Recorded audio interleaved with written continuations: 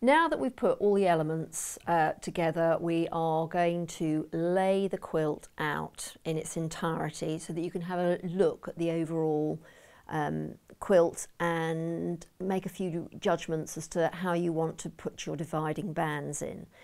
The dividing bands are anywhere between cut between 1 inch and 2 inches. Again, movable feast, and you can see that I've put little flashes of a secondary colour in on some of them. I've seen too many quilts that have been spoilt by people feeling that they've got to do too much quilting on it, and they've struggled with it. So I think less is more if the quilting's not your thing. It's not a vital part of this particular quilt.